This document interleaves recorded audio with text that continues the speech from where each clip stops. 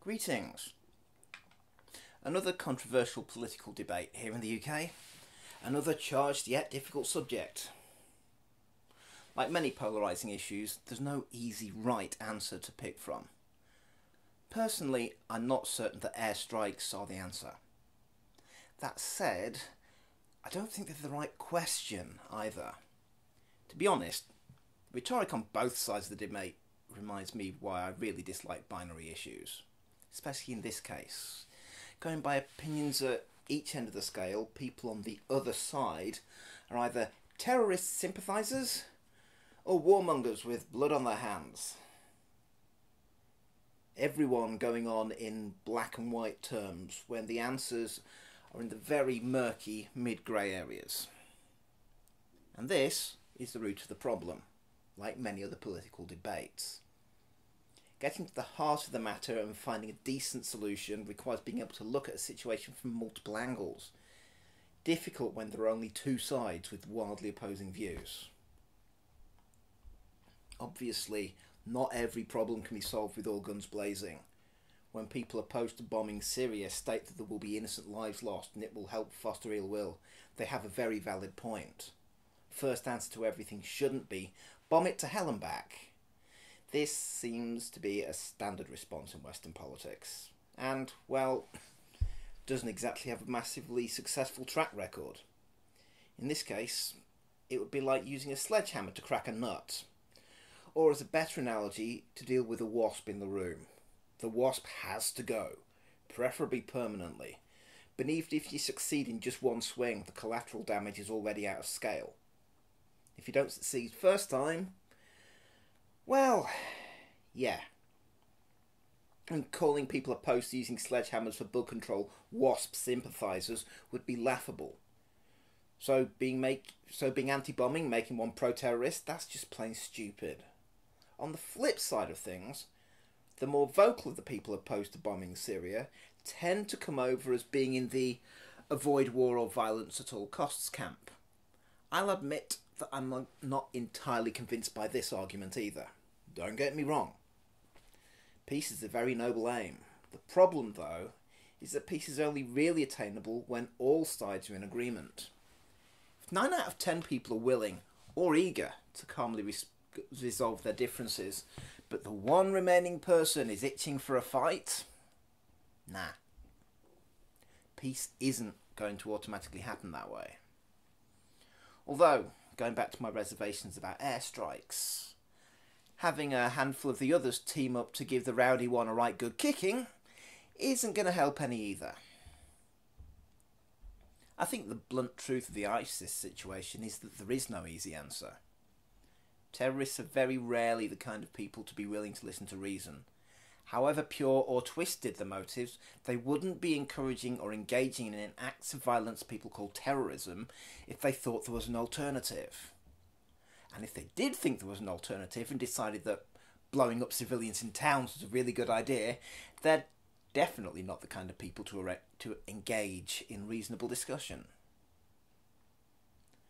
This gets back to why I started implying that airstrikes aren't just the wrong answer, but the wrong question.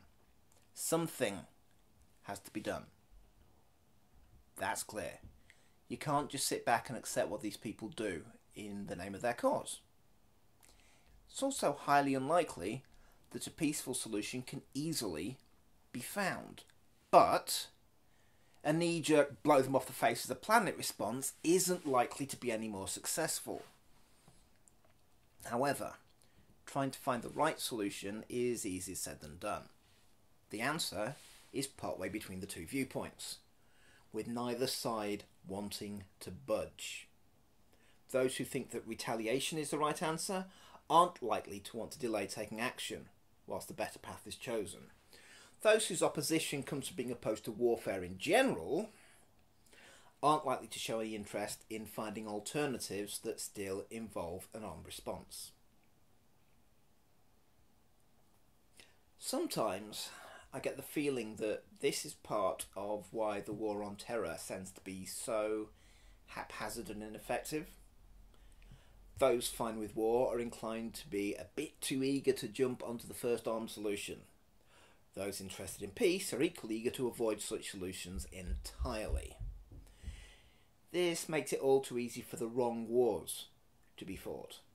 The answer lies somewhere in the middle. Otherwise, when someone finally thinks enough is enough, war goes ahead without anyone who might be an essential moderating influence. In this case, as stated, I'm not certain that airstrikes are the right way forward, but I'm not aware of anyone offering up alternative active solutions. And I'm certain that this is one of those times where, sadly, passive solutions don't cut it. And that's where the problem lies. If all-out war or sit down and talk are the only options on the table, and neither option is likely to be 100% successful, we're screwed. But nobody wants to try to sit down and find a middle ground. We need to find the right solutions. It's never going to be an easy choice. There's always going to be compromise, there's always going to be risk. But someone has got to make the hard calls. But, as I said, if the right people don't make the hard calls, the wrong people tend to. And that's usually where war goes wrong.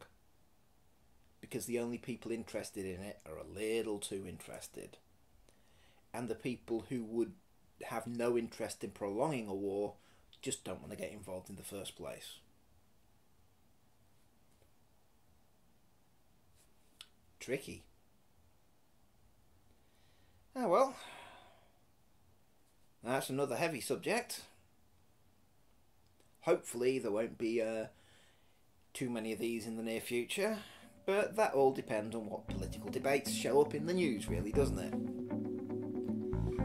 Still, until next time, see ya.